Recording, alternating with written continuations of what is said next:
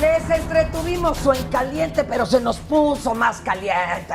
Lujo del programa, Víctor Ronquillo. Venga, Víctor, ¿cómo estás? Bienvenido, Oiga, como siempre. ¿qué programazos se está aventando, maestro? Los jueves.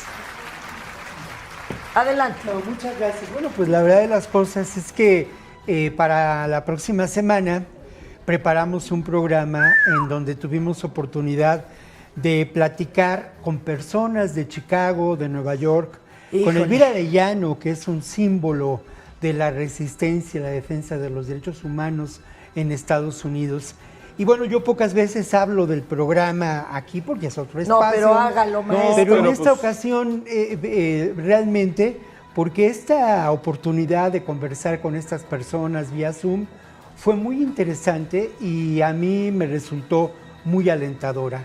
Y muy alentadora porque uno comprende, mira y pues resulta informado de cómo se están organizando las personas migrantes mexicanas y de otras nacionalidades, las personas migrantes latinas en Estados Unidos, ¿no?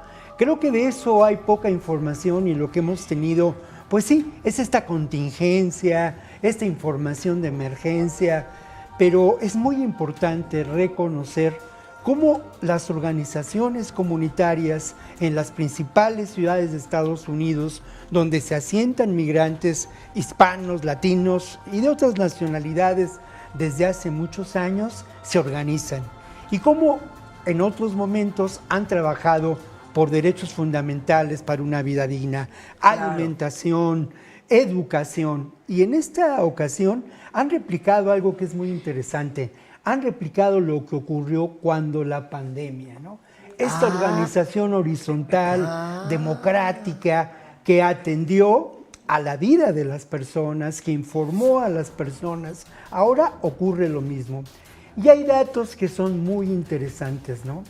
En estos momentos, el número de inmigrantes mexicanos sin papeles, de acuerdo al Colegio de la Frontera Norte, pues es de más de 4 millones. Pero es sorprendente cómo más del 50% de estas personas tienen 10 años de vivir en Estados Unidos. O más. Y estas personas, sin duda, han aportado económicamente a Estados Unidos. Yo suelo decir que la dorada California no sería dorada sin los migrantes.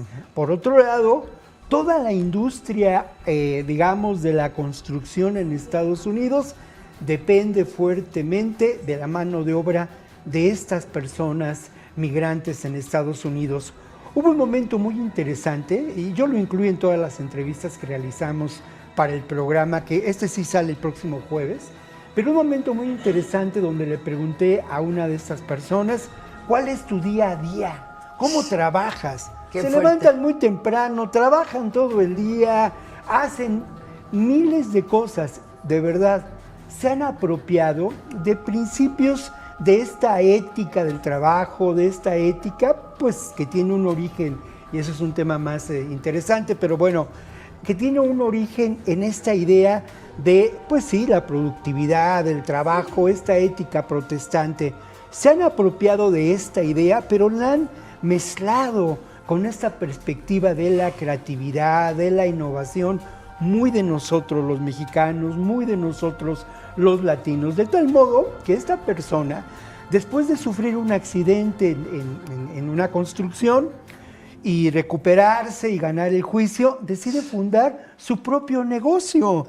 Y es como dirían estos postmodernos ideólogos de la prosperidad al uso, bueno, es un emprendedor, pero es un emprendedor, digámoslo así, que ha logrado él desarrollar una pequeña empresa. Esos son los mexicanos. Oye, y trabajan de sol a sol, rendidos. Y además, digámoslo así, él tiene una hija adolescente, la lleva en la mañana a la escuela, la lleva en la tarde al deporte, o sea, son de alguna manera un modelo de vida, ¿no? Interesante. Entonces, todo este discurso barato de Trump que hemos escuchado, con estos testimonios que presentaremos el próximo jueves a las 11 de la noche, pues echa por tierra ante la evidencia de estas personas.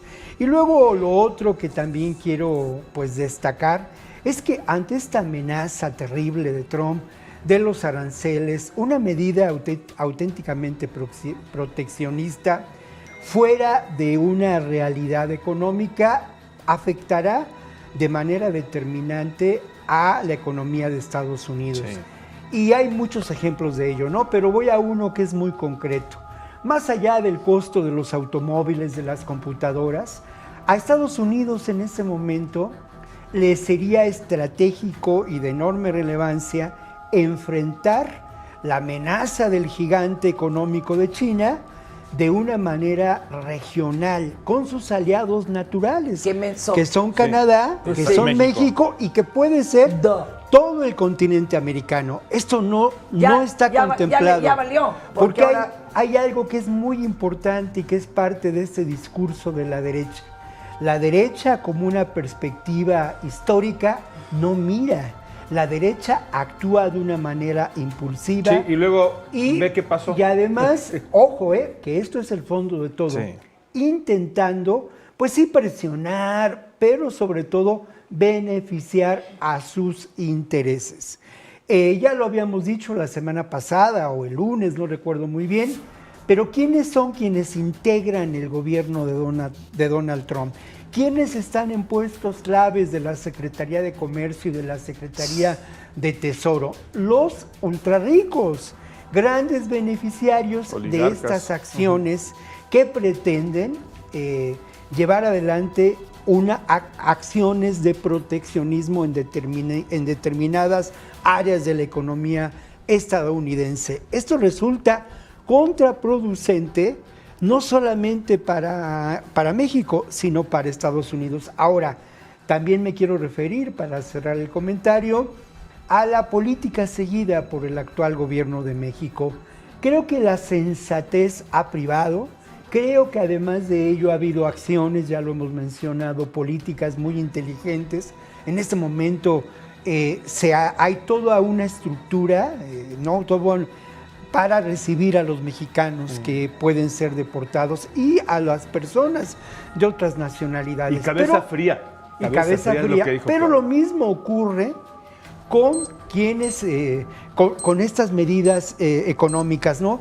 Ya en otro momento hablaremos de ello, pero actualmente existe una reserva de más de 100 mil millones de dólares para enfrentar estas contingencias. Obviamente, esto se estaba planeando, se apostó a qué medidas tomar desde antes, incluso de la elección de Donald Trump, tomando en cuenta que finalmente esto podía llegar a ocurrir. Pero además, otra realidad que es muy importante, en esta contingencia, porque lo es, México no está solo, De alguna manera, por lo pronto hay países en la región de Latinoamérica como Guatemala, como Honduras, que tienen una posición progresista y con las que se puede formar un frente ante esta realidad. Y lo propio Canadá, aunque Canadá lamentablemente ya vimos que tuvo una reacción bastante lamentable. En fin, pues ahí se ve. Pero hay que ver el programa.